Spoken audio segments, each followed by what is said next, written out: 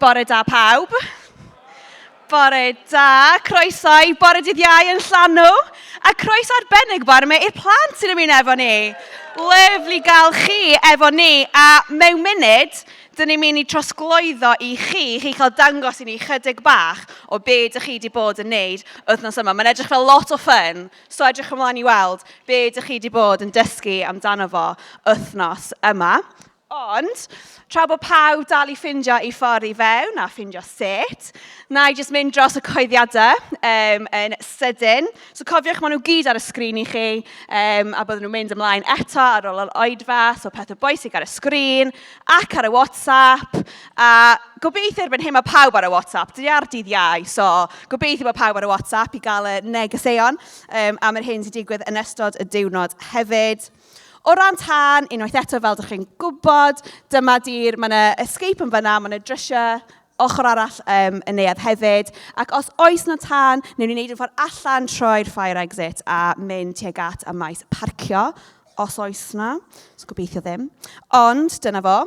Wedyn, ar ôl yr oedfa y bore yma, mae trefn Peneidia chydig yn wahanol, achos mae criw Cynhadon i Gymru sydd yn cyfrifol am y Peneidia ac yn gwneud caffi bach efo cacennau neis dwi wedi clywed a paned. A hefyd mi fydd yna cyfle i gael question and answer. So mae yna criw o bobl ifanc sydd wedi rhoi blwyddyn i wasanaethu'r arglwydd. Maen nhw wedi bod yn America, cael amser yn America ac yma yng Nghymru yn gwasanaethu Dduw fel Cynhadon i Gymru. So maen nhw wedi bod yn gwneud pethau gwych i gael profiadau amazing. So os ydych chi eisiau clywed mwy, gofyn cwestiynau iddyn nhw, mae'n cyfle i wneud hynny ar ôl yr oedfa. Prynhawn yma, does na ddim seminar ymlaen, ond os mae'r tywydd yn iawn, dyn ni'n Cymru, dyn ni'n weddol gri yn dydyn, hyd yn oed os mae'n bwrw glaw. Dyn ni'n mynd i'r traeth.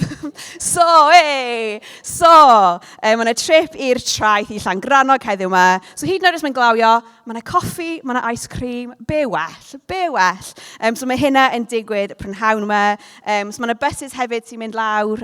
So dwi'n meddwl mae yna ffurflenni os ydych chi eisiau cael ar y bus, a lle bydd mwy eisiau yn y glaw. So mae hynna yn y derbynfa. Wedyn, pwy sy'n edrych ymlaen i'r sioe talent heno yma? O, dim ond cwpl. Pwy sy'n edrych ymlaen i'r sioe talent heno yma? So mae sioe talent heno yma yn y neuadd. Os ydych chi efo talent, a dwi'n gwybod dyn ni'n criw reit talentog yma yn Llanw, so os ydych chi efo talent a chi eisiau dangos o'i bawb, please cofrestrwch ar gyfer y sioe talent. So dwi'n edrych arno chi yn fama. Os ydych chi efo rhywbeth sy'ch chi'n licio gwneud yn y sioe talent, please gnewch o. Mae yna lle i gofrestru yn fyny fyna i ddeud bod chi'n neud. Dwi'n meddwl mae gennym ni cwpl o enw hyd yn hyn, ond sy'n gret cael mwy. So mae hynny yn digwydd heno yma. A hefyd, unwaith eto, jyst i sôn eto am y gwynedogaeth gweddi sydd ar gael yn y cefn yma efo tîm anhygoel sydd yn barod i jyst wyddio gyda chi. Os mae yna rhywbeth mawr, rhywbeth bach, rhywbeth sydd jyst i taro chi dros yr wythnos y diwethaf, os mae Duw wedi bod yn siarad efo chi am rhywbeth a ydych chi jyst eisiau cael gweddi, croeso chi wneud, please manteisiwch ar y cyfle i wneud hynna. Paid gadael yn meddwl, dylsyn ni wedi mynd a gweddio efo rhyw mae tîm yn barod i wneud. Felly, dyna di gyd o'r coeddiadau. Dwi jyst yn mynd i weddio, os mae hwnna'n okay, cyn bod Adam yn dod fyny a dyn ni'n trosglwyddo i'r tîm plant. O Dduw Tad, dyn ni'n diolch cymaint i ti am y bore newydd yma. A dyn ni'n diolch i ti am bob dim ti wedi bod yn wneud dros yr wythnos yma. Arglwydd, diolch am y ffordd ni wedi gweld ti ar waith. A dyn ni'n edrych ymlaen i weld heddiw be ti am i wneud yn ein plith ni. So dyn ni jyst eisiau rhoi yn hunan, rhoi yn amser a bob dim heddiw i fewn i dy ddoelo di a gofri dy fendith di dros y cyfan. Yn denw di, dyn ni'n gweddio. Amen. Felly, drosodd i Adam. Diolch yn fawr. Wow. Bore da pawb. Bore da, Mr Coleman. Reit, sorry, gyfarwydd i fod yn yr ysgol. Ond dim yr ysgol wythnos hon, rydyn ni wedi bod yn Llanw a yn canolfan campwyr. Rydyn ni wedi bod. So, ach arwyr. rydyn ni wedi bod, dysgu trwy lygaid Marc. So, Efengil Marc, o penod 1, diwrnod 1, roeddwn ni'n dysgu am Iesu, yr arwr gyda'r awdurdod. Awdurdod dros ysbrydion drwg. Roedd Iesu yn gyrru mas ysbryd drwg. Roedd Iesu gyda awdurdod dros salwch. Roedd Iesu yn iachau llawer o bobl. A iachau mam yng nghyfraith pwy? Dwylo lam? Mam yng nghyfraith, ie. Simon Pedr. Da iawn. A wedyn, yr ail diwrnod, roeddwn ni'n sôn am Iesu, yr arwr gyda yr awdurdod sy'n gwneud beth? Ie. O, diwrnod 1 oedd hwnna. Beth oedd e? Maddau pechodau. Da iawn. Roedd Iesu y maddau pechodau y dyn oedd wedi cael ei barlysu.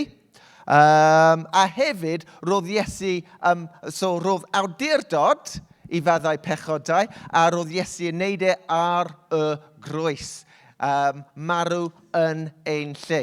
So heddiw, dwi ddim yn gallu dweud beth sy'n digwydd, ond mae Iesu yn marw ar ail diwrnod. Dwi ddim yn gallu dweud beth sy'n digwydd ar y trydydd diwrnod, ond mae'n surprise i bawb. Rydyn ni wedi cael drama gyda y Flash. Mae'r Flash yn mynd yn erbyn Tex Luthor a Jamie Dodgers sy'n trio wneud pethau yn mynd o'i le i Flash, a Batman a Thunder Woman. Ond mae'n diweddu ddwy gyda y Flash yn marw. Mae Tex yn taflu fe i mewn i'r vortex of death. Vortex marwolaeth.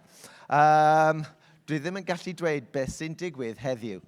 Ond, rydyn ni wedi cael crefftau, drama, a gemau, a lot o pethau diddorol. A hefyd, rydyn ni wedi bod yn canu. So, rhaid i mi ddweud diolch i Highfields Church Caerdydd am adael ni gael y clwb i gyd. A hefyd am Sam Gatwood am ysgrifennu y gan. A Arfon Jones i gyfieithu y gan, a Arwel Jones i gyfieithu y clwb i gyd. Rydyn ni yn mynd i ganu.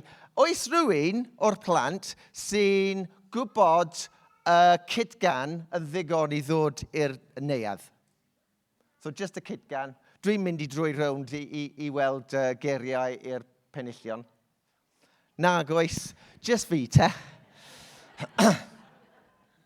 Mae'n dechrau gyda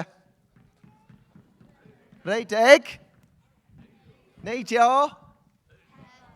super arwyr, dyma ni. A traed plant, a pawb.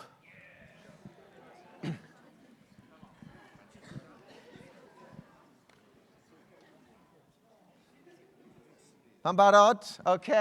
Barod i redeg.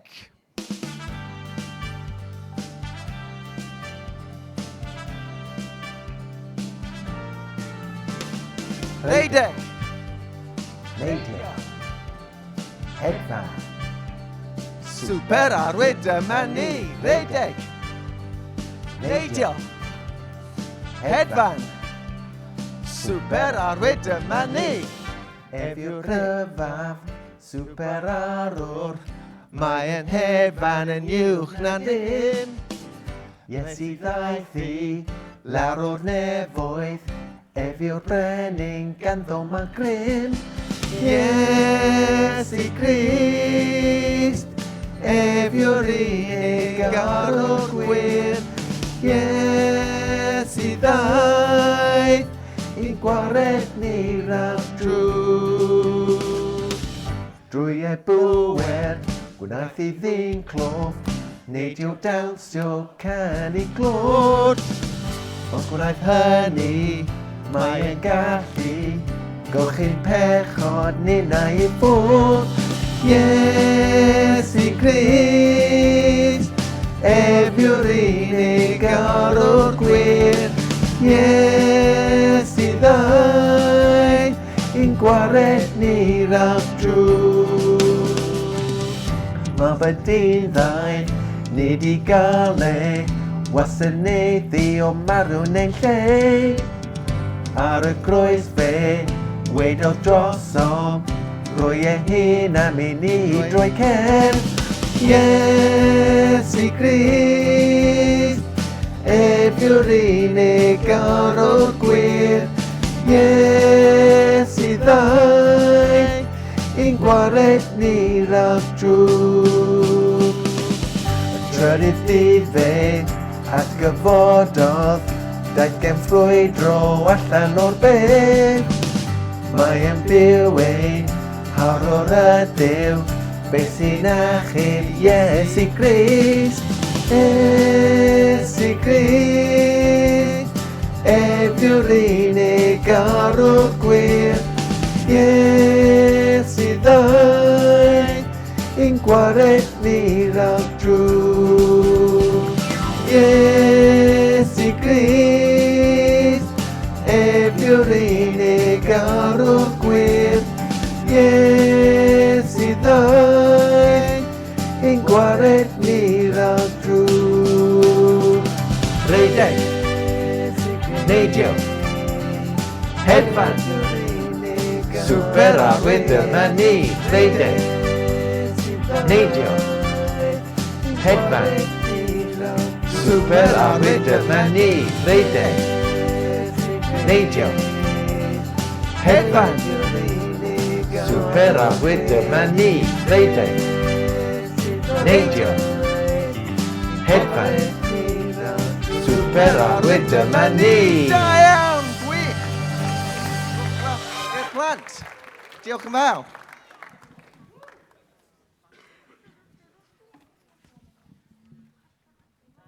Waw, diolch yn fawr I Adam a'r plant. Rwy'n licio'r can e. Da iawn. Ie, newn ni roi cymrydoiaeth i'r tîm I gyd am eich gwaith caled wythnos yma'n gweithio efo'r plant. Ac I chi plantos, da iawn chi. Wel, dyn ni'n disgwyl ymlaen I clywed beth sy'n digwydd heddiw yma de. Dim surprises, ond newn ni aros I ofyn I chi wedyn beth sydd wedi digwydd heddiw yma. So, be am I ni roi clap i'r plant wrthyn nhw fynd a fynd nôl i'w gwaith plant, ie? Da iawn. Gret. Dwi'n genfig o'r masks yma, mae heina'n reit cool. Neis. O, mae'n un sbar. Da iawn. Oh, amazing. Mae mor dda yn dydi gweld ein plant ni yn dysgu am Iesu ac yn mwynhau, cael hwyl a dod I nabod Iesu yn well. Mae tîm wedi gwneud gwaith anhygoel a'r crew sydd wedi bod yn arwain efo'r ieuenctid hefyd. Mae nhw yn anhygoel a dyn ni mor diolchgar iddyn nhw am bob dim maen nhw'n wneud yn ystod llanw i'n helpu yn plant yn pobl ifanc cyfarfod efo Iesu. Mewn munud, dwi yn mynd I wahodd Martin a'r band I fyny a dyn ni'n mynd I addoli efo'n gilydd. A dyn ni'n mynd I just treulio bach o amser. Just yn codi enw Iesu yn uchel bore yma. Ond cyn bod y band yn dod fyny, na I just gwyddio unwaith eto. Ie, Dduw ta, diolch bod ti yn dduw mor dda. Diolch bod y gariad di mor fawr. Arglwydd diolch am popeth ti wedi gwneud drosto ni trwy Iesu ar y groes. Arglwydd, dyn ni jyst mor diolchgar am y fyddeiant, y rhyddid, a'r gobaith a cariad ti'n rhoi I ni, Arglwydd. Diolch I ti. Ac Arglwydd, dyn ni jyst isio codi'n lleisio ni bore yma, Arglwydd, I ddatgan mor dda o'i ti. I ni ddeud diolch I ti am pwy o'i ti a pob dim ti wedi gwneud dros ni, Arglwydd. So arglwydd, dyn ni'n just gofyn, neu di just derbyn i'n clywed ni bore yma. Ti'n heiddio. Amen.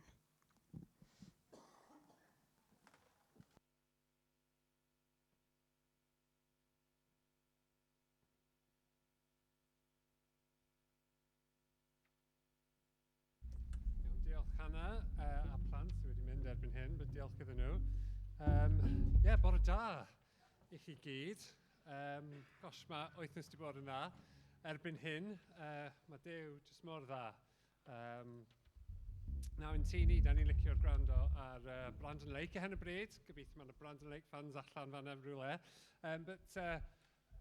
Os da ni'n mynd yn ôl i'r Hen Testament, mae Dafydd, y sort of OG, the original kind of songwriter, yn deud yn Psalm 100, gweithwch yn uchel i'r arglwydd, holl bobl y byd, a ddolwch yr arglwydd yn llawn, a dod o flaen gan dathlu. A da ni yma heddiw, achos mae Duw ni mor ffyddlon yn hob tymor. Mae'n byth yn newid. Mae'n llawn cariad a gras, a mae yma yn ein plith trwy ei ysbryd glân. So bore yma, da ni eisiau trio sianeli bach o'r egni, yr plant, Marc a y tîm, a da ni eisiau addoli hefo'n gilydd. So os da chi eisiau sefyll, nawn ni addoli hefo'n gilydd.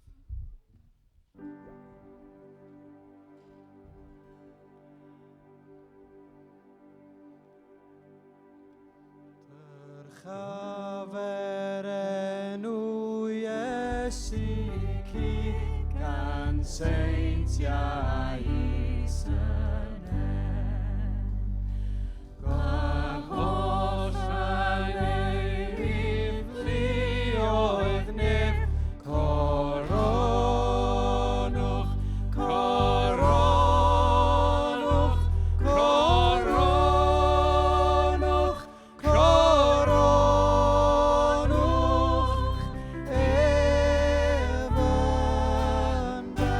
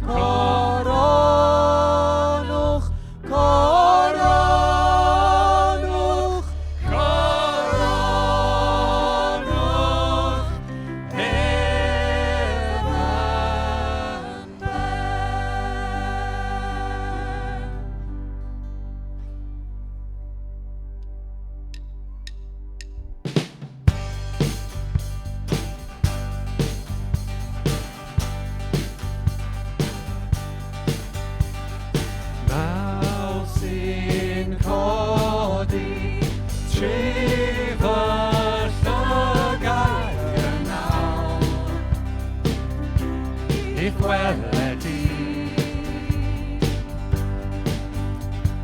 Brydian gobau, Rhys yn halon y nawr, yn geisio di. Pan edrych ar rwy'n cael nerth I gario di. Yn dy gwmni, walwyr ofnau, rwyf yn fi, rwyf yn fi. Hosanna, Hosanna, ti wedi'r sy'n achub, teilwng o ddawl yn halon. Hosanna, Hosanna, yna y ffordd o Iesu, tynnu'r i'r can o Iesu. Gweld yn halon, yn dychwelyd o Dduw, yn dod yn ôl. Dod I deyrnas, daw a bywyd I ni, dy fywyd I. Pan edrych ar rwy'n cael nerth I gario di. Yn y gwmni, chwalwyr ofnau, rwyf yn fi, rwyf yn fi. Hosanna, Hosanna, ti wedi'r sy'n achub, teilwng o ddawl yn halon. Hosanna, Hosanna, yna y ffordd o Iesu, tynnu'r i'r can o Iesu.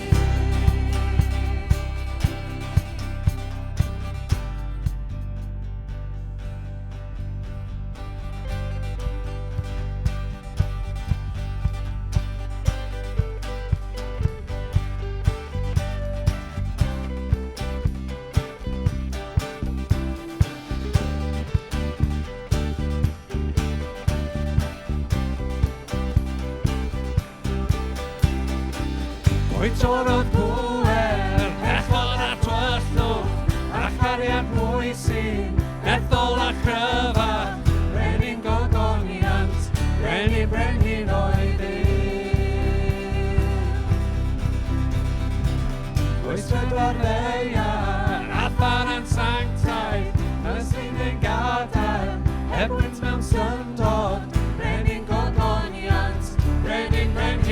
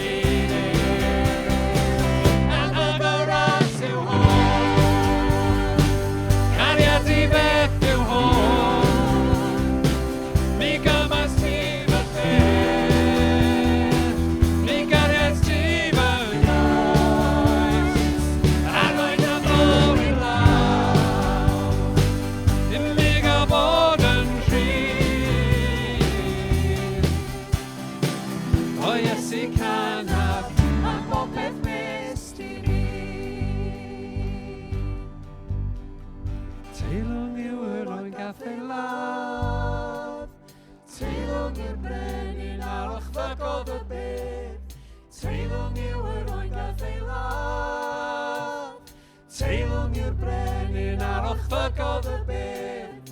Teilwng yw yr oengath ei ladd. Teilwng yw'r brenin ar ochfygodd y byd.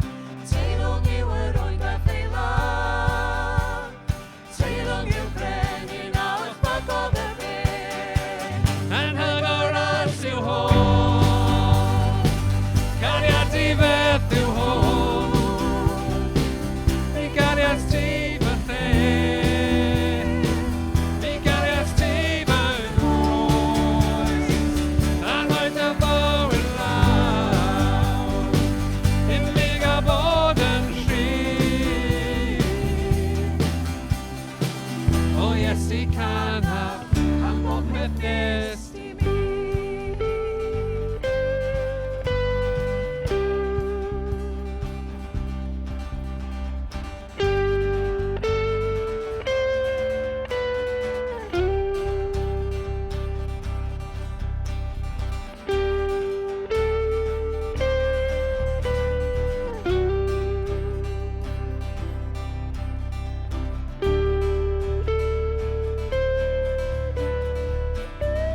Hallelujah.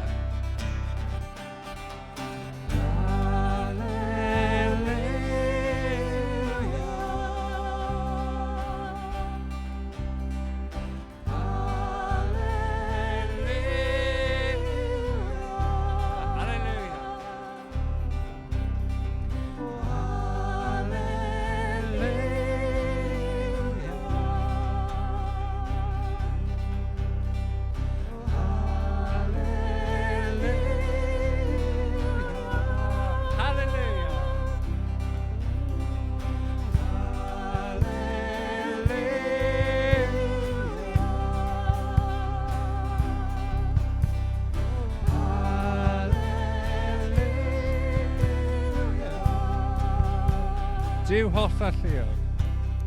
Dyw holl a lluog, rwy ti'n rhyfeddol.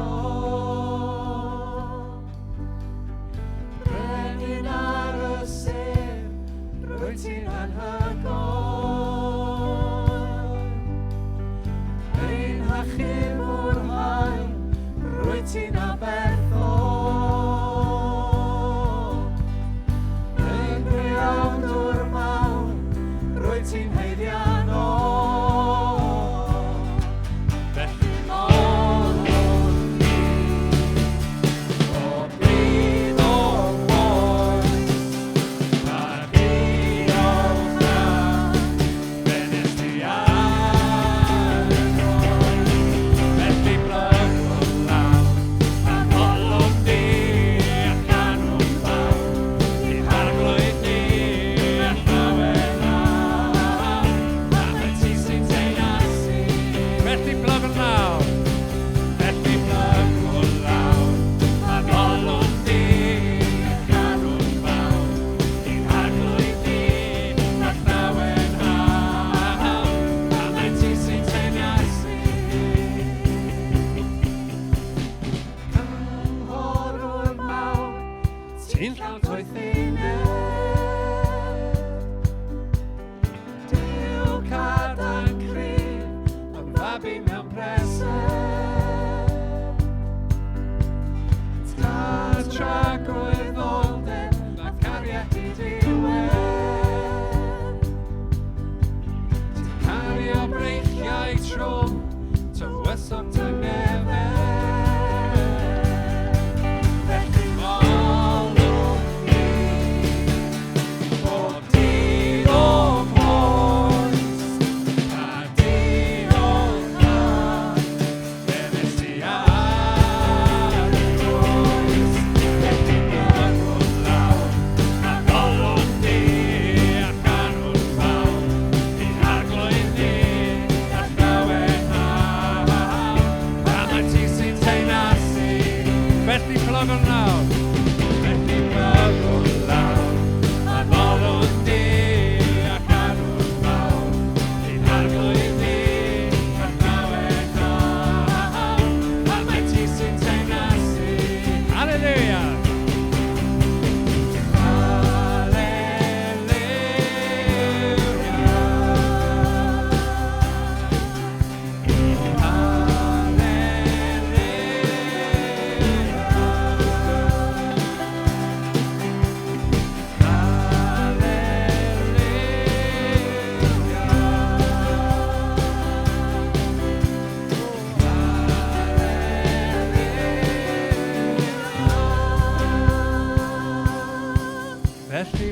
plygwn lawr, a ddolwn ti canwn fawr, i'n harglwydd ni a llawen haw, a mae ti sy'n teinasu.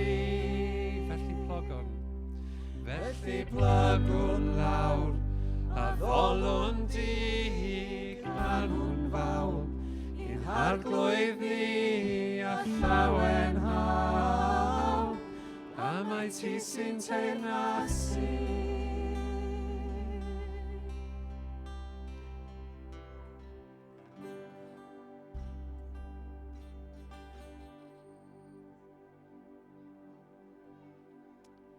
Tad, da ni'n just plygwn lawr. Da ni'n addoli di. Da ni'n canu'n fawl. Cos ti di'r arglwydd dros popeth. Ti'n Duw sy'n ben.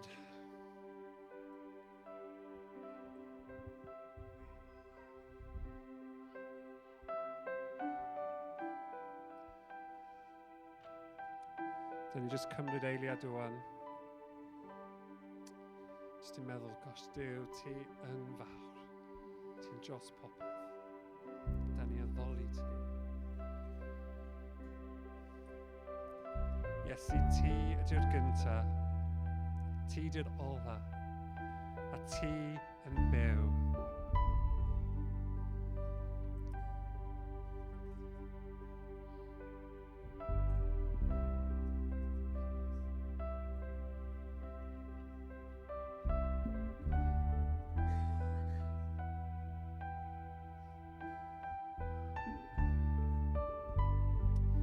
Sy'n ben. Duw sy'n ben. Duw sy'n ben. Am byth mae ei deyrnas.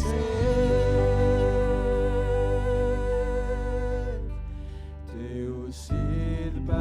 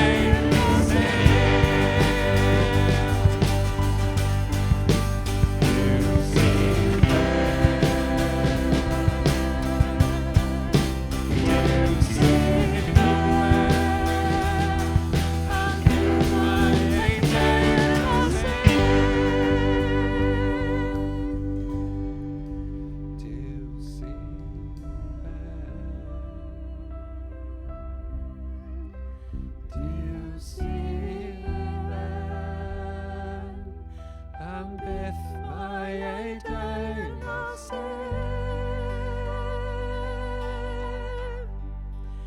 Duw sydd ben, Duw sydd ben, am byth mae ei deyrnas.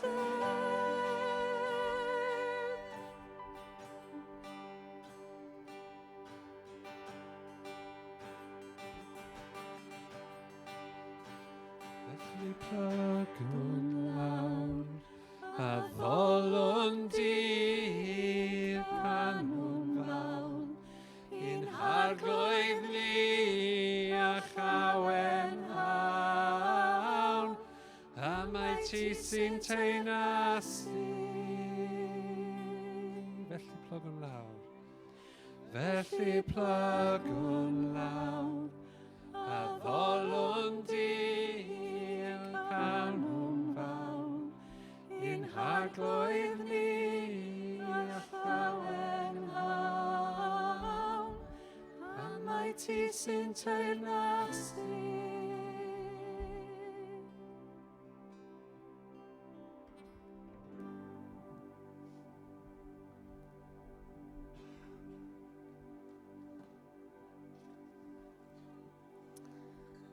O Dduw ti sydd yn heiddi gyd o'r mawl a'r parch a bri bore yma, achos ti ydy'r un sy'n teyrnasu. A ti ydy'r un yma deyrnas ti yn parhau am byth bythoedd. Da ni'n diolch i ti, Iesu. Amen.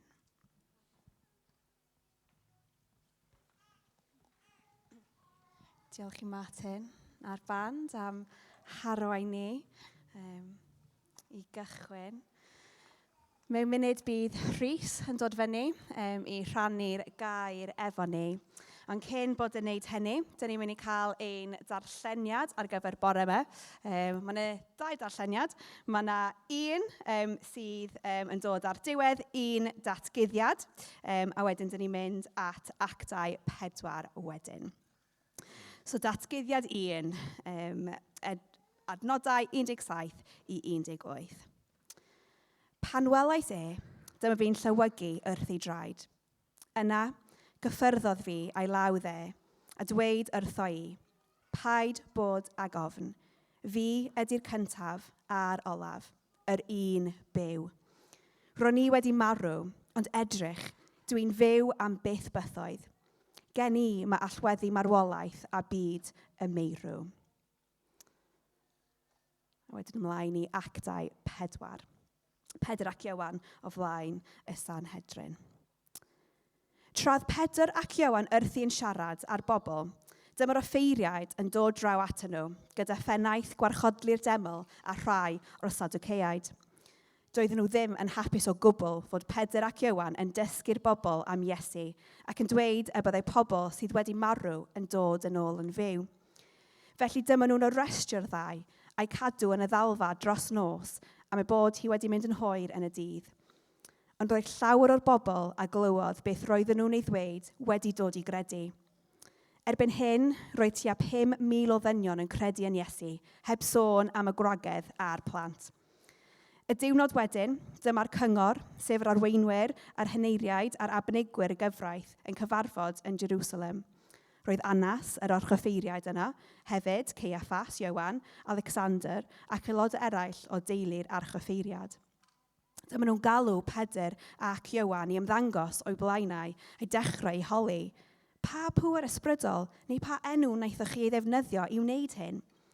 Dyma Pedr wedi llenwi ar ysbryd glân yn ei hateb. Arweinwyr a henediriaid y genedl. Ydyn ni'n cael ein galw i gyfrif yma heddiw am wneud tro da i ddyn oedd yn methu cerdded. Os ydych chi eisiau gwybod sut cafodd y dyn ei iechau, dweda i wrthoch chi. Dwi am i bobl Israel i gyd wybod. Enw Iesu y Mesia o Nazareth sydd wedi iechau'r dyn yma sy'n sefyll o'ch blaen chi.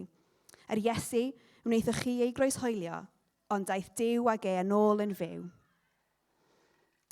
Ar ôl iddyn nhw weddio, dyma'r adeilad lle roedd nhw'n cyfarfod yn cael ei ysgwyd. Dyma nhw'n cael ei llenwi eto ar ysbryd glân ac roedd nhw'n cyhoeddi neges Duw yn gwbl ddi-ofn. Gai wahodd Rhys i fyny. A ni'n disgwyddio dros ti cyn bod ti'n rhannu. O Dduw Tad, diolch i ti am Rhys, diolch am ei ffyddlondeb o i ti. Yn y gwaith, ond hefyd yn ei fywyd personol fel disgybl i ti. Ac arglwydd, dyn ni'n gofyn dy fendith ti arno fo nawr, wrth iddo fo rhannu efo ni. Diolch am y geiriau ti di roi iddo fo i rhannu arglwydd. So dwi'n gweddio bydd y geiriau mae Rhys yn rhannu y geiriau gen ti arglwydd. Ac yn gofyn, byddwn ni gyd sydd yn clywed yn derbyn hefyd arglwydd. Dyn ni'n gofyn bydde di ar waith ni'n plith ni tra'r neges yma arglwydd. So teir ysbryd glân a fod ar waith. Amen.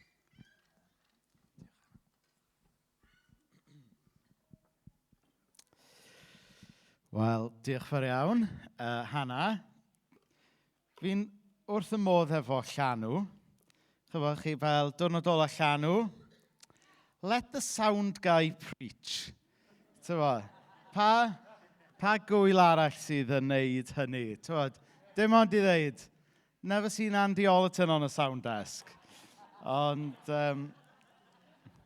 dyna sy'n neis am pethau Cymraeg, ynde? Da ni gyd yn mycen, da ni gyd yn troi'n llaw at bopeth.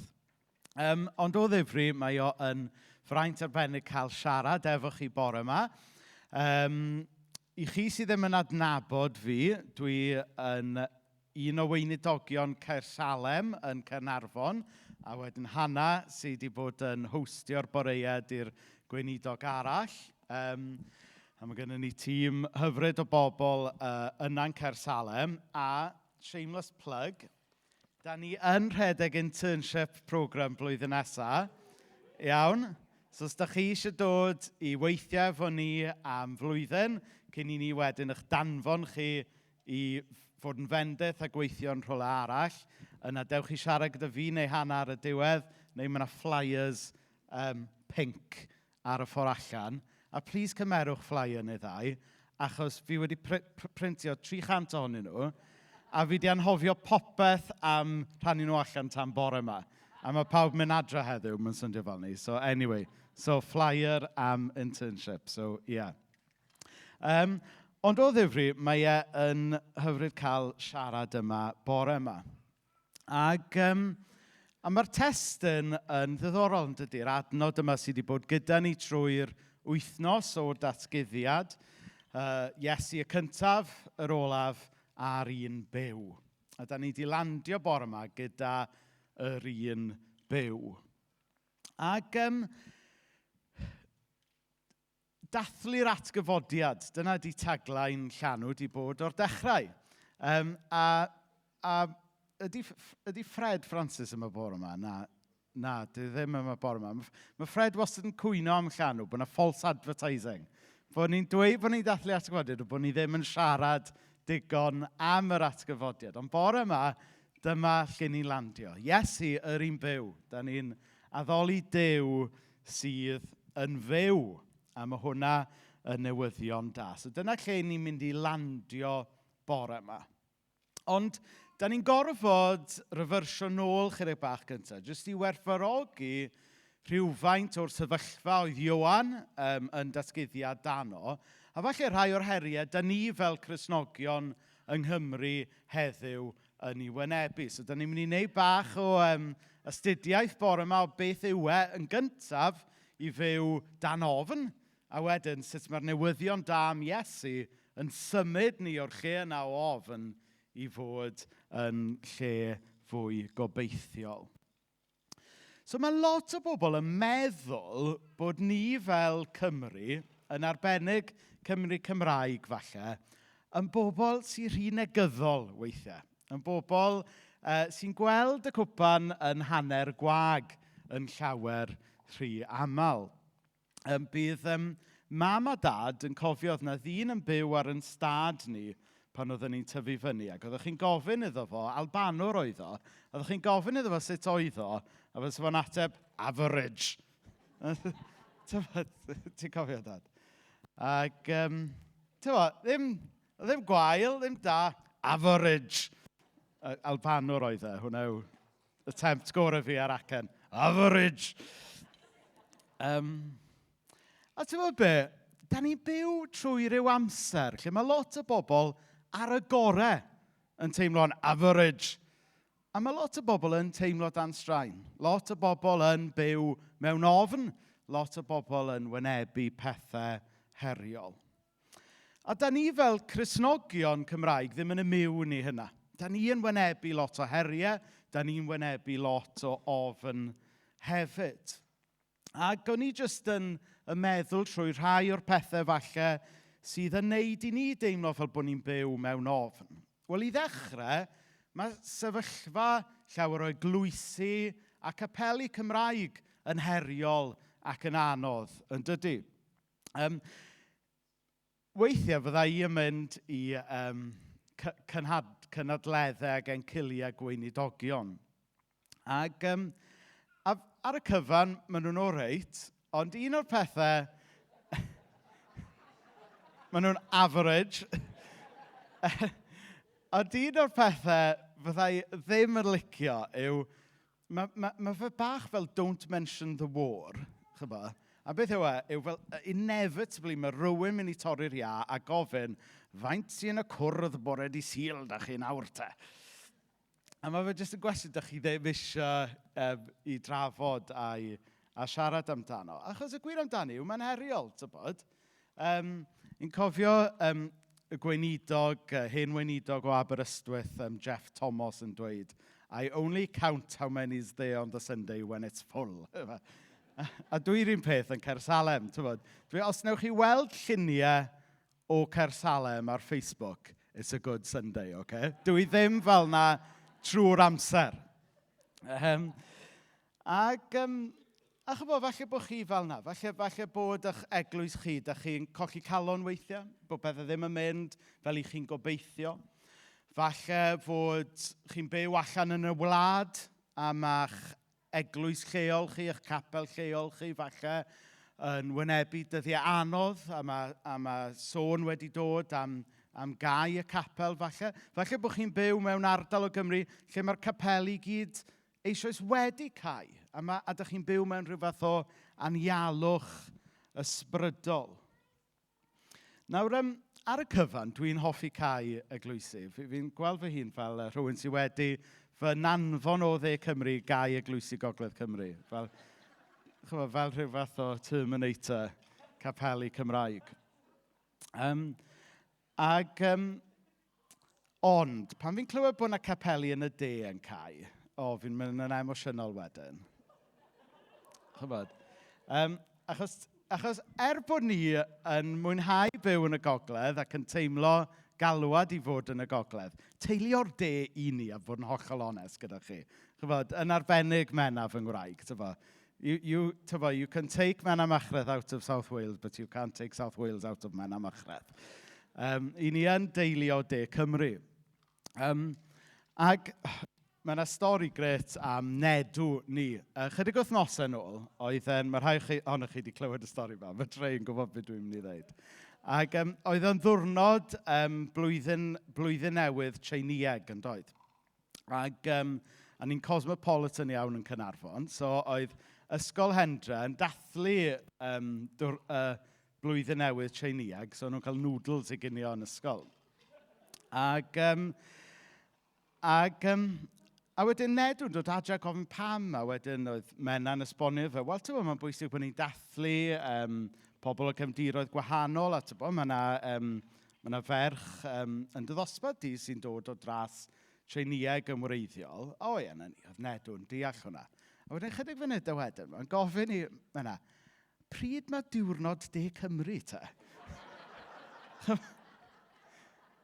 It's just amazing, amazing. So bod ni yn teimlo mae Duw sydd wedi galw ni'r Gogledd, da ni yn deulu o dde Cymru. A'r pwynt dwi'n trio wneud ydy, pan 2 flynedd yn ôl pan nes i glywed fod y capel lle oedd Tad Cu yn weinidog yn cau, nes i ddeall beth yw attachment pobl i le ac i gapel ac i eglwysi. Bod fi wedi cael dim qualms am gau capelu'r gogs, pan nes i glywed bod capel lle oedd Tad Cu yn weinidog yn cau, yna nath o hitio fi wedyn. Da ni yn bobl hiraethus fel Cymru, dydan. Da ni falle yn swil o newid. Da ni'n ofyn y Gymru newydd falle sy'n agor o'n blaenau ni. A mae hanes yn bwysig. Pan o'n i lawr yn aros efo teulu Mena rai blynyddoedd yn ôl erbyn hyn, oedd Mena efo rhywbeth mlaen, oedd hi'n gweithio neu rhywbeth, so fi oedd in charge o'r day out i'r hogiau. Pan mae Mena in charge o'r days out, maen nhw'n cael mynd i Folly Farm neu rhywle fel na fe. Ond pan mae dad in charge o'r day out, ni'n mynd ar drip hanesyddol. Gyda dehongliad cryf liberation theology ar y peth. So, ni'n dechrau bant yn parc gwledig Mynydd Mawr, sydd â absolutely dim byd i weld, Heblaw am y ffaith mae dyna lle oedd y pwll glo, lle oedd ei lle oedd ei hen datcunw'n lôr, a lle oedd ei hen datcunw yn lôr. Ac ar y pryd, cadog tua 2 a Nedw yn y pram yn 6 mis oed neu rhywbeth, ac oedd hi'n bwrw glaw. Wedyn, mlaen yn ni wedyn i mynwent Bethany Rhydaman. Ac oedd y glaw yn seriously syrthio lawr ar y pwynt yma. Ond mlaen yn ni fel, yma mae beddrodau'n tadau. Oedd gyda nhw draddodiad yn Bethany, yn doedd ma, lle oedd nhw'n cadw plot i'r cynweinidogion i gyd yn y fynwent. So dyna lle mae Mam Gu at y Ci wedi ei claddu. So yn Uncle Trevor, hen Mam Gu at y Ci, J.D. Williams, Nantlais, a chydig o bobl eraill hefyd. A dyma, Bethany Rhydaman oedd canolbwynt diwygiad 1954. Dwi'n gweld Jonathan fel, yes! Bethany Rhydaman oedd canolbwynt diwygiad 14-15 yn yr ardal. Ac felly, 2 flynedd yn ôl, pan nath Bethany gau, oedd gyda fi rhyw gysylltiad personol, ond oedd yn lot mwy na hynny hefyd. Oedd na sens i ni oedd yn gwybod y stori bod na benod yn hanes Cymru yn cau.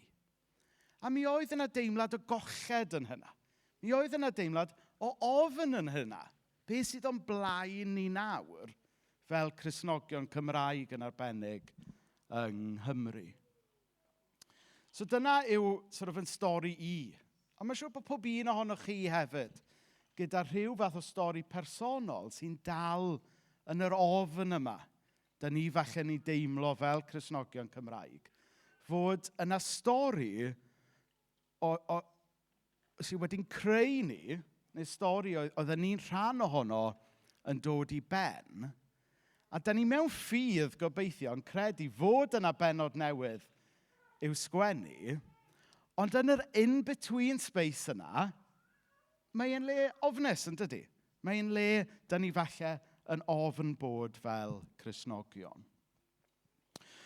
Wedyn y math arall o ofn dwi'n teimlo da ni fel Cristnogion Cymraeg yn ei wynebu ydy y newid diwylliannol da ni falle yn ei wynebu yn y Gymru Gymraeg. Da ni wrth gwrs yn llawenhau fod y Gymraeg a pethau yn tyfu yng Nghaerdydd a'r holl ysgolion Cymraeg newydd sy'n tyfu yn y de. Ond mae'n heriol yn yr hen ardaloedd Cymraeg.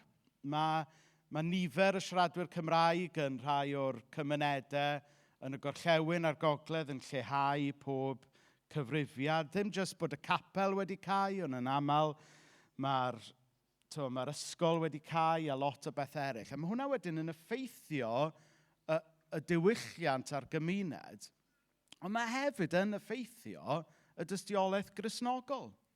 Mae'n gweld Joseph yn hyn, yn blaen y Ffestiniog fyna. Oherwydd yr argyfwng diwylliannol ac economaidd mae Cymru wynebu, mae'n pobl ifanc ni, gan gynnwys Cristnogion ifanc wedyn yn gorfod symud ar y gorau i Gaerdydd, ond yn aml yn bellach na Caerdydd. A wedyn mae hwnna'n effeithio yn eglwysu ni, effeithio yn capelu ni hefyd. Does dim pobl yna i fod yn halen a goleuni, i fod yn bobl sydd yn siarad dros Iesu Grist.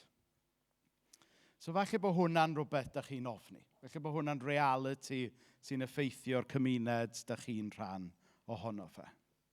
Ond wedyn, os da ni'n zoomio allan hyd yn oed yn fwy, mae yna lot o bethau mwy gwallgon mewn mlaen yn y byd ar hyn o bryd yn does. Sy'n neud i ni gobeithio fel Cristnogion boeni ac ofni am y sefyllfa. I ni meddwl am yr enwog Donald Trump wrth gwrs.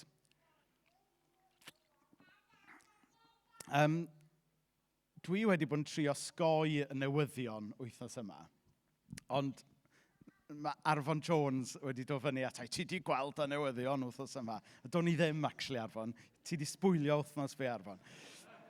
Ond o ddifri, hynny yw, mae Donald Trump wedi bod yn dweud pethau gwallgo eto wythnos hyn, yn sôn bod o'n mynd i ddinistrio civilisations cyfan yn bygwth Armageddon. A chybod be, mae hwnna yn mynd yn ei syth nôl i cyd-destun Ioan, fel nath Gwilym ddechrau'r wythnos. Pan oedd Ioan yn derbyn y gair yma ar Ynys Patmos, oedd e'n derbyn y gair mewn cyd-destun o fyw yng nghysgod ymerodraeth gyda arweinyddiaeth wallgo ac aniwiol. A da ni, ffrindiau, yn byw mewn cyd-destun tebyg hefyd. Hyd yn oed yma yn y gorllewin. Da ni'n byw yng nghysgod arweinwyr ffôl. Da ni'n byw yng nghysgod Armageddon fel petai. Siarad am Armageddon, un o'n hoff storis i am Arwel Jones. Arwel wedi bod yn brysur gyda'r cyfieithu a'r gitar acoustic bore yma. Maen nhw'n edrych yn panic-stricken nawr, Arwel a Lowry. Nôl yn yr 80au, mi oedd yng nghanol y rhyfel oer, mi oedd gan Cyngor Gwynedd, lle oedd Arwel yn gweithio, gyda nhw protocol beth i wneud tasau y bombs yn dod. Nawr i ddechrau, fi ddim yn meddwl byddai'r bombs yn dod syth am siambr Dafydd Orwig yn Gaernarfon. Ond yn amlwg oedd swyddogion Cyngor Gwynedd yn meddwl bod nhw ddigon pwysig i fod first on the list.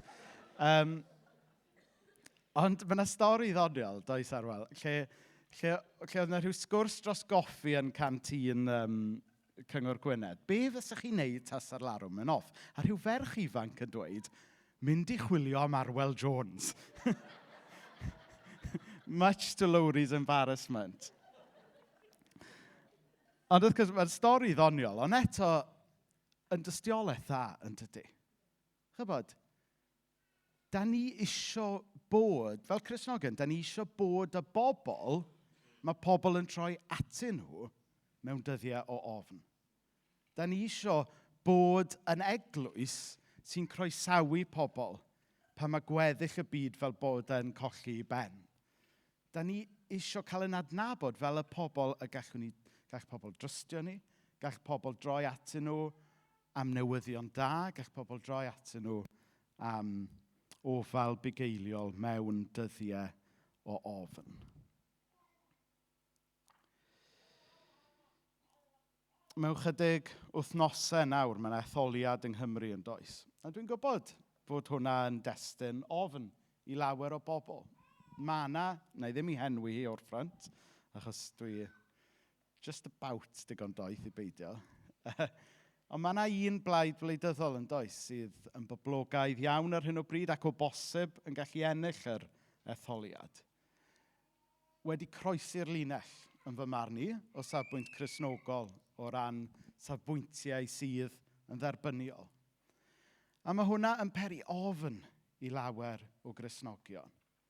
Beth i ni fel Cristnogion mynd i wneud am hynny? Ydyn ni yn bobl sydd yn gallu siarad gobaith mewn i sefyllfaoedd fel hyn o ofn. A pan da ni'n gweld pobl o fewn yr eglwys falle, yn cael eu tynnu mewn i hyrwyddo syniadau eithafol. Falle bod chi wedi gweld rhai vloggers Cristnogol dros yr wythnosau diwethaf yn popio fyny. Eto, dwi ddim eisiau enwi nhw. Ond maen nhw'n defnyddio iaith yn ffydd ni, ond jyst i hyrwyddo syniadau caled. Syniadau sydd yn erbyn ffordd teyrnas Iesu. Wel, mewn dyddiau o ofn, mae'n bwysig bod ni'n gwarchod yn hunain fel Cristnogion rhag peidio colli persbectif. Mewn dyddiau o ofn, mae'n bwysig bod ni'n cadw'n llygaid ar yr Iesu sydd yn fyw, ac oherwydd bod e'n fyw, mae deyrnas yn torri trwyddo heddiw mewn i'n byd toredig ni. So i ni felly'n ffeindio'n hunain yma yng Nghymru heddiw, a rywydd mewn lle tebyg i Ioan, yn derbyn y gair yma ar Ynys Patmos, yn byw mewn ofn dan gysgod rhifain, a ni falle yn byw mewn ofn oherwydd y newidiadau mawr sy'n digwydd yn gwlad ar hyn o bryd. Gyfer rai blynyddoedd yn ôl, nes i glywed Denzel Morgan yn athro i yn y coleg, yn deud fod o'n caru Cymru gweithaf ei anghrediniaeth. Chi ddweud mawr, efe? Bod o'n caru Cymru gweitha ei anghrediniaeth. Nawr ydy hynna wir amdano ni. Chybod, mae'n hawdd caru Cymru pan oedd Cymru'n edrych yn debyg i ni. Neu mae'n hawdd caru Cymru pan maen nhw'n wneud yn dda yn yr Euros. Ond ydych chi dal yn caru Cymru yn ei anghrediniaeth?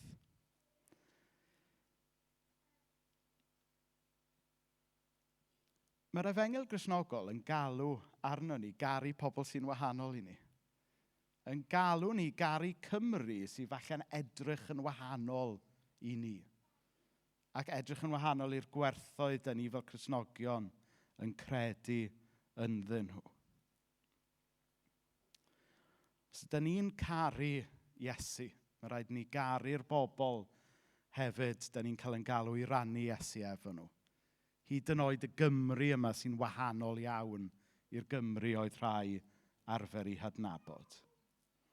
Pan dyn ni'n byw mewn dyddiau ofn, dyn ni'n gallu edrych ar y geiriau yma'n datguddiad. Paid bod ag ofn. Fi ydy'r cyntaf a'r olaf, yr un byw.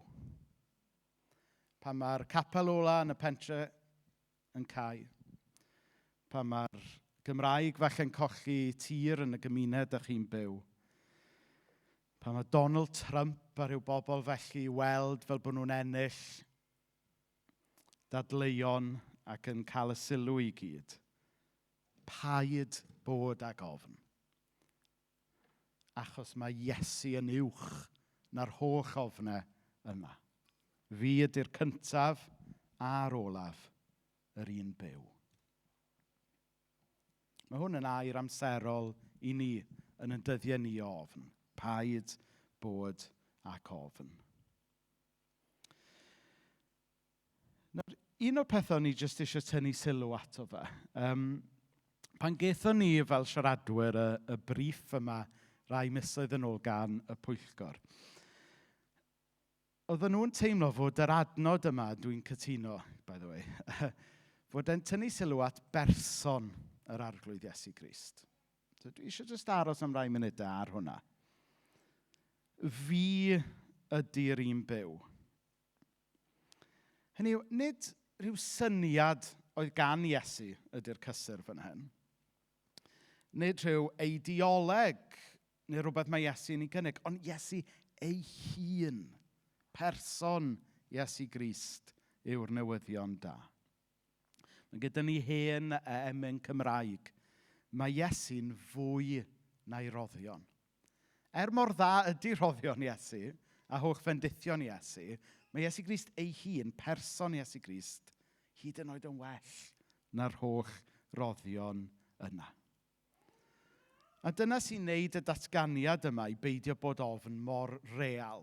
Achos da ni'n gweld go iawn y mywyd, yn aberth ac yn atgyfodiad person Iesu Grist.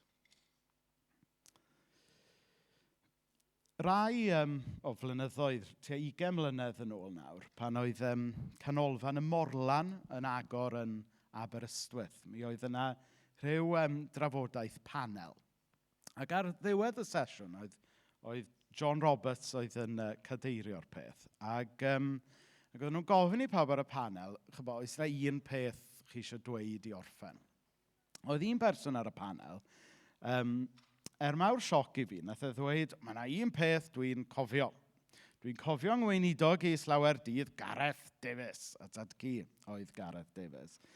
Yn cofio Gareth Davies yn dweud unwaith. Fi ddim wedi dweud pwy oedd hwn, ond falle mae'r acen yn awgrymu pwy yw e. Mae eisiau ni gofio, mae person nid safbwynt fi oedd farw ar y groes. Yna ddweud mawr a pwysig dydy. Nid pobl sydd wedi cyfarfod yma wythnos yma'n dilyn rhyw ideology ydyn ni. Nid pobl yn cyfarfod yma hyd yn oed wedi seinio lan i set o gredoau bod credoau yn iawn yn ei lle. Ond pobl wedi dod i gyfarfod person. Person yr arglwydd Iesu Grist. Neu syniad ddim achub chi nag achub Cymru. Neith eideoleg ddim newid stori yn gwlad ni na newid eich stori chi. Ond fe wneith cyfarfod y person Iesu Grist newid popeth. Iesu yw yr cyntaf, yr olaf a'r un byw. Person Iesu Grist. Ac felly jyst i orffen bore yma, ni eisiau tynnu'n sylw ni at yr hanes yma yn actau. Achos, bod o'n hyfryd bod Pwyllgor Llanw wedi tynnu ni at yr adnod yma, weithioch chi, mae'n anodd wneud pregaeth jyst ar un adnod, heb sôn am un gair. So ni'n meddwl bydde fe'n dda sort of dirieithu'r syniad yma mewn hanes byw o bobl yn cyfarfod a cael ei newid gan yr Iesu byw yma. So yn actau 3 a 4, da ni'n cael yr hanes hyfryd yma lle mae Pedr a Ioan yn iachau y dyn wrth borth y deml. Oedd pobl yn Jerusalem wedi rhyfeddu a wedyn mae Pedr yn pregethu ac yn esbonio fod nhw wedi iachau yn enw ac ymhwer ac yn awdurdod yr Iesu atgyfodedig. Neu mewn geiriau eraill, yn enw yr Iesu byw. A mae'r Sanhedrin a'r awdurdodau yn Jerusalem mewn panic. Maen nhw mewn panic oherwydd bod nhw, hyd yn oed nhw, wedi gweld fod yna awdurdod uwch wedi dechrau symud yn eu plith nhw. Oedden nhw'n meddwl, mae nhw oedd ar awdurdod i gyd. Mae nhw oedd yn sgwennu y stori. Mae nhw oedd y dylanwad dros fywydau pobl yn Jerusalem. Ond dyma Pedr nawr yn gweinidogeithi yn cyflawni gwirthiau yn enw un ac enw ac awdurdod uwch. A mae'n neud i ni sylweddoli fod yna awdurdodau gwahanol mewn brwydr ysbrydol gyda'i gilydd yn y byd yma. Yn yr hanes yma, da ni'n gweld ar un llaw yr arweinwyr crefyddol. Arweinwyr crefyddol yn ddiddorol yn amser y Beibl fel heddiw. Arweinwyr crefyddol sy'n aml yn cyfaddawdu i blesio'r arweinwyr gwleidyddol. Da ni gyd wedi gweld y lluniau ofnadwy dydyn o rai arweinwyr Cristnogol yn arddodi dwylo ar Trump yn yr Oval Office a gweddio wneud rhyw weddi sy'n portreadu Donald Trump fel bod o'n aberthu ei hun fel Iesu Grist. Cabledd llwyr ydy hynna. Ond y math yma o beth yn digwydd yn amser y Beibl, lle oedd yr awdurdodau ddewig yn dod i rhyw gyfaddawd gyda'r awdurdodau Rhufeinig i gael rhyw fath o fudge er mwyn trio creu cymdeithas oedd yn gweithio. Awdurdodau'r byd yn dibynnu ar systems i rheoli pobl, ar strwythurau, yn dibynnu ar y fyddin, yn dibynnu ar filwyr. Ond wedyn, ar y llaw arall, mae gyda ni awdurdod Iesu. Awdurdod yr un byw. Awdurdod sydd ddim efo safle na statws yng ngolwg y byd, ond eto sydd gyda grym i danseilio holl awdurdod y byd. Nid drwy eu curo nhw mewn rhyfel, ond drwy dynnu y carped oddi tannu nhw. Drwy droi awdurdod nhw ben i weired yn ei aberth ar y groes. A drwy atgyfodiad fel yr un byw. Achos y pŵer mwyaf oedd gan awdurdodau'r byd oedd croeshoelio rhywun. Dyna oedd the ultimate threat. Dyna oedd, be nath Adam Coleman ddweud gynne. Dyna oedd the death vortex. Neu beth bynnag oedd o dde gynne, chybod. O Iesu Grist, hyd yn oed wedi troi hwnna ben i weired. Oedd holl awdurdod y byd methu i ddala. Oedd holl awdurdod y byd methu i drechu fe. Ac oherwydd hynna, mae yna awdurdod glân yn torri trwy y byd tywyll yma. Mae yna awdurdod uwch na holl awdurdodau a byddinoedd Trump ac eraill yn ein dydd ni heddiw. Ac felly mae Pedr yn eofn yn dweud wrth awdurdodau'r byd o lle mae hyn i gyd yn dod. Adnod 9 a 10. Os ydych chi eisiau gwybod sut cafodd y dyn ei achau, ddwedai wrthoch chi. Dwi am i bobl Israel i gyd wybod enw Iesu y Meseia o Nazareth sydd wedi achau'r dyn yma sy'n sefyll o'ch blaen chi. Yr Iesu wnaethoch chi ei groeshoelio, ond daeth Duw ag yn ôl yn fyw. Dyma galon yr Efengil Gristnogol. Doedd Pedr ddim yn rhannu syniad newydd, dim athroniaeth newydd, dim rhywbeth oedd yn ysbrydoli nhw. Oedd yn syml yn cyhoeddi ac yn gweinydogeithi yn awdurdod Iesu yr un byw. A dyna, ffrindiau, yw yr un Iesu. Da ni'n credu ynddo fe. Dyna yw'r un Iesu da ni'n cael byw a gweinydogeithi a cenhadu yn y Gymru yma yn ei awdurdod heddiw. Peidiwch bod ag ofn.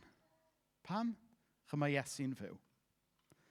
Peidiwch bod ag ofn. Byddwch yn llawn hyder. Nid hyder yn o'ch chi eich hunan, ond hyder oherwydd fod Iesu wedi byw, fod ei ysbryd nawr yn gweithio trwy bobl a trwy i eglwys. Da ni'n gweld hynna yn Actau 4 hefyd. Dyma Pedr wedi ei lenwi ar ysbryd glân.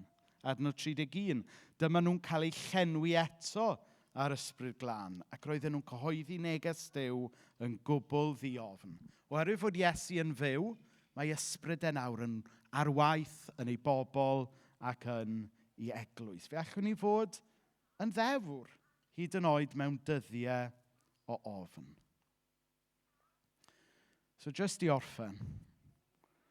Da ni sort of yn byw rhwng 2 gyfnod yng Nghymru heddiw, dwi'n teimlo. Da ni'n sort of, mae'r relics yr hen Gymru anghydffurfiol dal o'n cwmpas ni. Ond da ni yn dechrau gweld arwyddion o'r gwaith newydd mae Duw yn neud yn ymplith ni, dydy. Ar un llaw, da ni dal yn cael yn effeithio gan y stori o ddirywiad, adnoddau yn bryn, bod hyder a gobaith ymhlith Cristnogion yn gallu bod yn isel. Ond ar y llaw arall, da ni yn credu fod Iesu yn fyw, a da ni yn dechrau clywed storis yn dydyn o bob rhan o'r wlad, o eglwysi newydd yn cael ei plannu, bywyd newydd yn dod nôl mewn hen eglwysi ac yn y blaen. A dwi eisiau gorffen gyda jyst rhannu chydig storis calanogol da ni wedi profi yn Nghaernarfon dros y flwyddyn neu 2 diwetha. Nawr, da ni gyd wedi clywed falle am y screw-up nath YouGov gyda'r Quiet Revival Report. A chymod beth, dim ots gyda fi am hwnna, achos mae'r pobl dwi wedi cyfarfod sydd wedi dod i adnabod Iesu, ddim statistics ydyn nhw, ond pobl go iawn. A mae'n bwysig bod chi'n cofio hwnna. Peidiwch gadael i'r beth ath yn anghywir gyda'r ymchwil yna wneud i chi ddigaloni. Achos mae pob person da chi'n adnabod sydd wedi cyfarfod Iesu yn berson go iawn. A mae un person go iawn yn well na 1000 o statistics yn fy marn i. Nawr, dros y flwyddyn diwetha, da ni wedi cael pobl yn dechrau dod i Caersalem ar ôl gweld clips ar TikTok. Nawr, blwyddyn yn ôl, a dim syniad gennau beth oedd TikTok. A nawr dwi'n TikTokiwr. Apparently dwi'n ynganu fo'n wrong, fel TikTok dwi'n fod dwi'n rhywbeth, ond apparently, anyway. TikTok, ddim TikTok. TikTok, and anyway. Nawr meddylech am y peth, bod yna bobl ifanc, hyd yn oed yn y dydd yma lle mae capeli gyd yn cau, yn gwylio clip bach sy'n rhannu rhywbeth bach am herffaith ac anghyflawn i dyn am Iesu. A fel chydig wythnosau wedyn, maen nhw'n dod i'r capel. Well, what's that about? Dydy Duw ddim ar waith yn hwnna, ddim yn gwybod beth. Da ni wedi cael pobl yn e-bostio ni yn gofyn os y'n nhw'n cael dod i'r capel. Ydych chi'n meddwl am y peth? Ers 15 mlynedd, fi wedi bod yn e-bostio pobl yn begio pobl i ddod i'r capel. Nawr, sydyn reit, mae pobl yn e-bostio ni'n gofyn os gewn nhw ddod i'r capel. Ges i e-bost rhyw 6-9 mis yn ôl gan blastrwr o Dal y Sarn. A dwi'n deud bod o'n plastrwr, achos fi eisiau chi ddeall bod o'n ddyn go iawn, chyfod, ddim yn archetype fel fi, chyfod, dyn go iawn o Dal y Sarn. Oedd eisiau gyfarfod am goffi i drafod crefydd. Dyna maen nhw os yn dweud, achos dyn nhw, chyfod. Ac unwaith eto, mae TikTok yn rhan o'r stori yma. Gath o freuddwyd, dychmygwch, plastrwr o Dal y Sarn yn cael breuddwyd am Iesu Grist. A wedyn nath o agor TikTok y bore wedyn, a nath o weld rhyw fath o stori o'r Beibl oedd yn ailadrodd yr union freuddwyd oedd wedi cael noson cynt. A wedyn oedd eisiau siarad gyda rhywun am hwnna, a nath o ffeindio yn gwefan ni ac e-bostio ni ac yn y blaen. A dwi wedi cyfarfod chydig o weithiau erbyn hyn, a dwi reit siŵr bod o wedi dod i ffydd. Yn anffodus, dydy o heb ddod i'r capel eto, ond, gyda ni e-bost arall wedyn gan ferch arall yn gofyn os geith hi a'i plant ddod i'r capel. A mae hi a'r plant wedi bod yn dod i'r capel bron bob dydd Sul ers chydig fisoedd nawr. A fi newydd ffeindio mas bod hi yn chwaer i'r boi arall, i'r plastrwr yma o Dal y Sarn. A dyma fi'n dweud wrth i, fi wedi bod yn cyfarfod dy frawd i, a dim syniad gyda nhw. So brawd a chwaer, y ddau ohonyn nhw, yn annibynnol o'i gilydd, wedi, cyfarfod neu o leia yn chwilio am Iesu. Mae Duw yn gweithio yng Nghymru heddiw. A dwi'n gwybod fod sawl un ohonoch chi a storis tebyg i hyn hefyd. A dwi'n clywed storis hefyd am bobl sydd wedi bod yn mynd i capel trwy eu hoes. Ond yn y flwyddyn neu 2 diwethaf, mae rhywbeth di newid. Mae yna rhyw sbarc newydd, neu maen nhw wedi cael eu cysylltu yn ôl i'w cariad cyntaf nhw, neu rhyw brofiad o ffydd gathen nhw pan o'n nhw'n iau. So basically, Gen Z and all that, brilliant, ond don't write off the oldies hefyd. Mae Duw yn gallu gweithio ym mhob cenhedlaeth. Pwy ddedodd ydy fan yna? Yeah, great, amen. Hefyd, finally, oedd unrhyw yma yn watcho'r Love Island Cymraeg? A môr a mynydd? Na? Okay. Diolch, Menna. Menna a Peter, yes. A Manon. Mae pawb arall yma, dych chi mor posh a parchus. Eisiau chi watcho mwy o'r Love Island Cymraeg. Oherwydd, oedd na hyd yn oed merch ifanc yn y Love Island Cymraeg yn siarad am ei ffydd yn hollol agored. Chydig bach yn... Ddim yn siŵr os byddai hi'n ffitio mewn yn Cersalem yn bod yn hollol onest. Ond eto, does dim ots na. Mae'n arwydd fod pethau newid.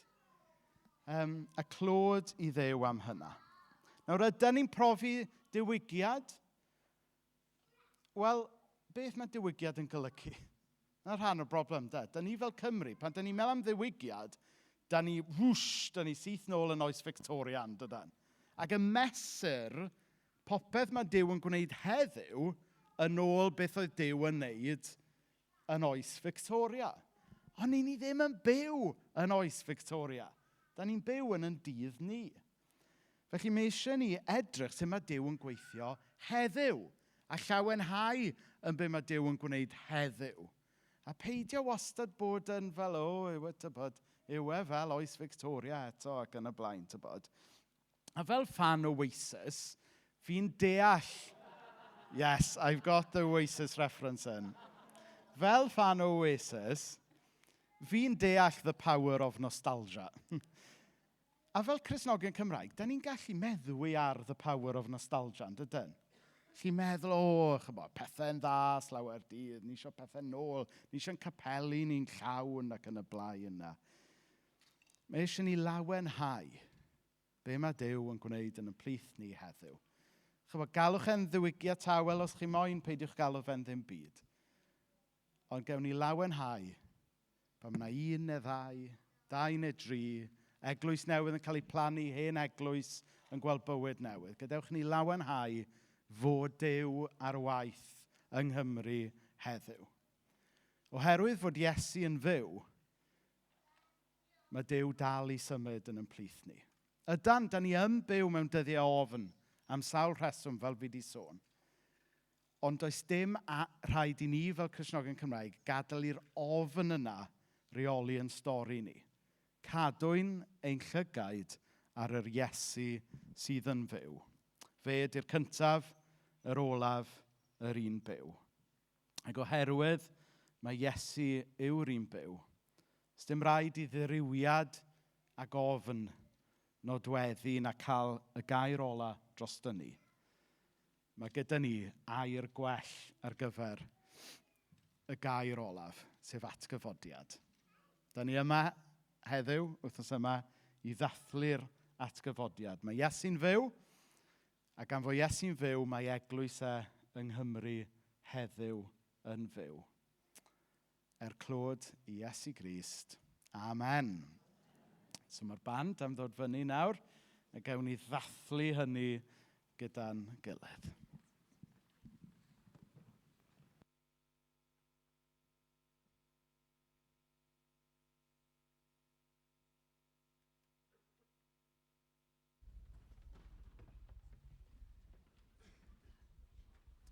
Diolch Rhys, os da chi eisiau codi, nawn ni canu orffen.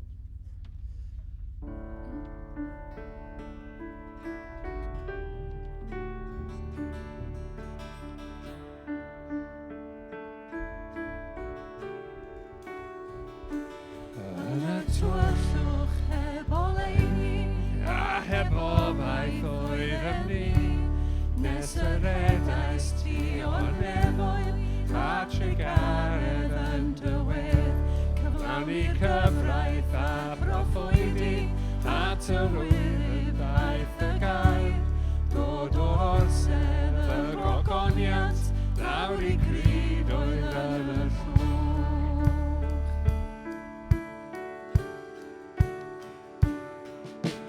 Clodi'r tad a clodi'r mab, clodi'r ysbryd ddiani, yw'r gogoniant sglennig, yw'r brenin oedd clodi ti am byth.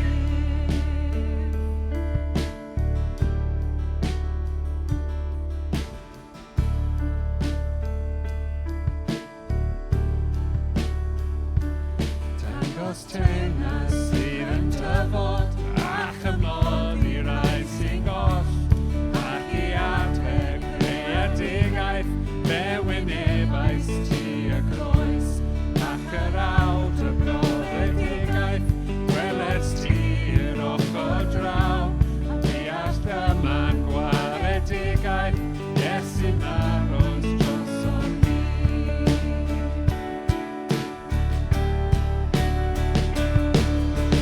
Clodi'r tad a clodi'r mab, clodi'r ysbryd ddiani, yw'r gogoniant sglennig, yw'r brenin oedd clodi ti am byth.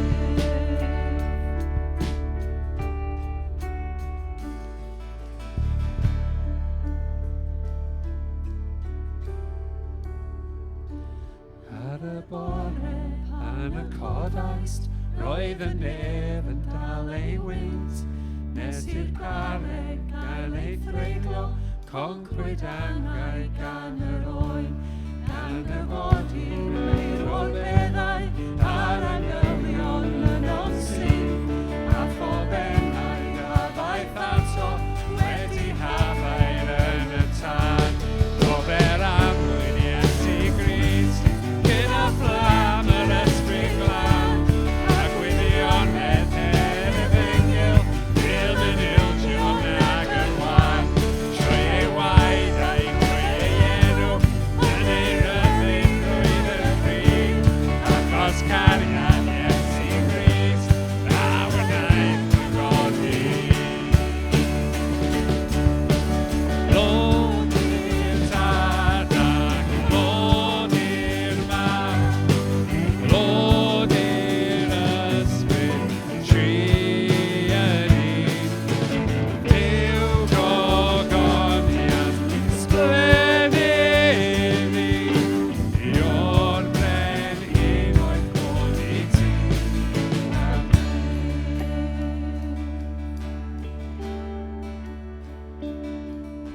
Glod i'r tad a chlod i'r mab, glod i'r ysbryd, dri yn un. Dduw gogoniant sblennydd i, o'r bren hyn oedd glod i ti am byth.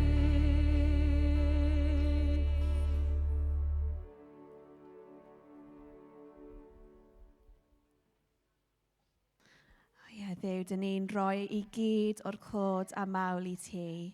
Y brenin sydd yn fyw, y Duw sydd ar waith heddiw dros Cymru. Arglwydd, dyn ni eisiau gweld mwy ohono ti, mwy o dy ysbryd di yn symud yn ein plith, Arglwydd. Ond gad efo gyntaf cychwyn efo ni, yn ein colon o ni, Arglwydd. Felly'r hyn ti di cychwyn gwneud wythnos yma yn ein colonna ni, Arglwydd, ni di parhau i wneud y gwaith yna, Arglwydd. Ni di farhau i fod yn siarad efo ni, ac yn arwain ni, ac yn galw ni, Arglwydd. Dyn ni'n caru ti. A dyn ni'n diolch i ti bod ni'n gallu dod a codi dy enw dyn uchel ac i addoli y Duw sydd yn fyw. Y Duw sydd yn dal gyd o'r pŵer a ti, y Duw sydd yn teyrnasu heddiw dros Cymru. Yn enw di, dyn ni'n gweddio. Amen.